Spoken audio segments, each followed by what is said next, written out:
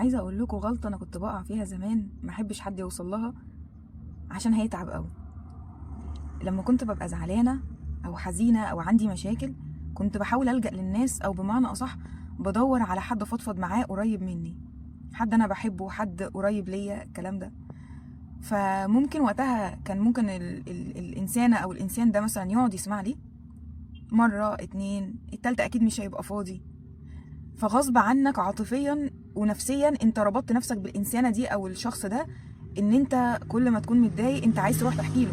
ودي طبعا حاجه صعبه جدا. ليه؟ لان محدش هيبقى فاضي. طيب ايه الحل؟ اعمل ايه؟ ما انا برضو ببقى عايزه افضفض، عايزه اتكلم. هقول لك على حاجه حلوه قوي، هقول لك تروح للي ما بيزهقش، للي موجود على طول، للي باقي العمر كله، ربنا سبحانه وتعالى. طب ماشي، ما كلنا بندعي ربنا، بس عايزين بني ادمين، بني ادمين حسوا بمشاعرنا واحاسيسنا وبتاع وكده يعني. جماعه والله العظيم ما هتاخد حاجه غير معلش بكره تتعدل. والنبي خدت ايه؟ استفدت ايه؟ انما انت لما هتروح له ضعيف هترجع قوي، والله عن تجربه هترجع قوي. فبقيت انا اعمل ايه بقى بالمختصر كده؟ اكون مخنوقه وزعلانه وجوايا هموم ومشاكل الدنيا كلها، بسكت خالص، ما اتكلمش. اعمل ايه؟ في مسجد كده انا بحب اروحه قوي، الله يبارك له اللي عرفني عليه، اسمه نور. الشخص ده حد كده، حد محترم جدا، حد ما شاء الله عليه قريب كده من ربنا، وبيحب يساعد كل الناس وخدوم، وربنا محب فيه خلقه، ربنا يبارك له ويمسيه بالخير يا رب ايا كان هو فين. فعايزه اقول لكم انا من ساعه ما عرفت المكان ده انا ما بقتش ابطل اروح فيه لما بكون مخنوقه وزعلانه. في بلدك انت ممكن تقدر تروح مسجد كبير ضخم قريب منك، او مسجد تراث، مسجد قديم عشان تحسي بيه كده بالفخامه والعتاقه كده. انا بروح مسجد الازهر، ان شاء الله يا رب اللي يروحوا ويعرفوا عن طريقي وعن طريقه يجعلها في ميزان حسنات نور.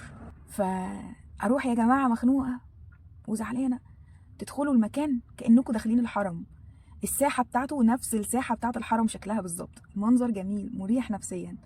فبقيت اروح هناك على قد ما اقدر، ارجع مستشفيه مفيش اي حاجه جوايا خلاص، حتى لو موجود بس بتبقى بنسبه بسيطه.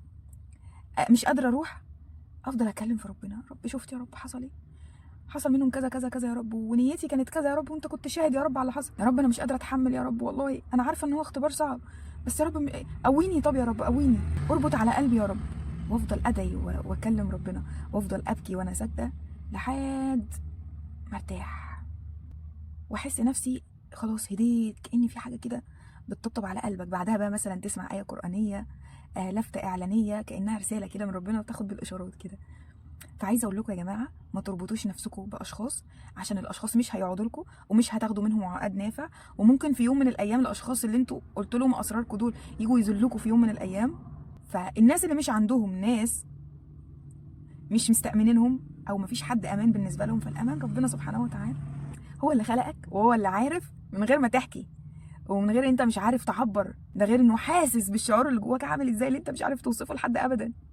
فيا رب انت شايف يا رب وعارف يا رب الشعور اللي جوايا، خففوا يا رب، امحيه يا رب، وهكذا. هترجعوا والله العظيم مرتاحين نفسيا بطريقه غير طبيعيه، حتى من بعد السجدات، حتى من بعد الركعتين اللي انتوا هتركعوهم وتسجدوهم لربنا سبحانه وتعالى وانتوا بتبكوا. روح له ضعيف هيرجعك قوي، الوحيد اللي هتروح له ضعيف هيرجعك قوي. مين؟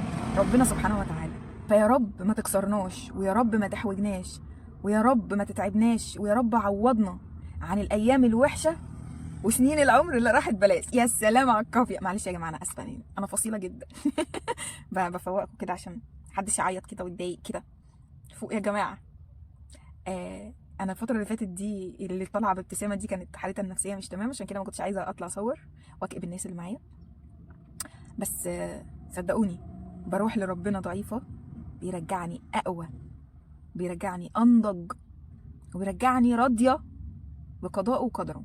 اوقات لما بكون بعض حاجات مش عجباني اقول يا رب انا نفسي في كذا، وبعد كده ما انت ممكن اللي انت نفسك فيها الحاجه دي تكون مش تمام او تضرك، يا رب اختار لي، يا رب اختار لي، خلاص خلاص يا رب اختار لي، يا رب انت، يا رب انا عارفه يا رب اختياراتك كلها صح، وانا اللي اختياراتي كلها زفت، فخلاص يا رب اختار لي وارضيني يا رب بالاختيار اللي انت هتختاره لي. مستحيل يا رب تختار لي حاجه وحشه، مستحيل يا رب، اكيد هتبقى عايز لي الخير وعايز لي. انا بكلم ربنا كده، فبترجعوا مجبورين مرتاحين راضيين.